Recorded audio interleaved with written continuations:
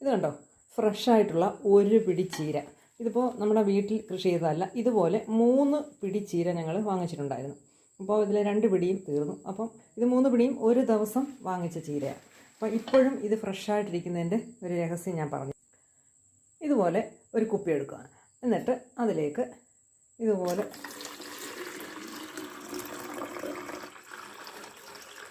ഇത്രയും വെള്ളം മതി.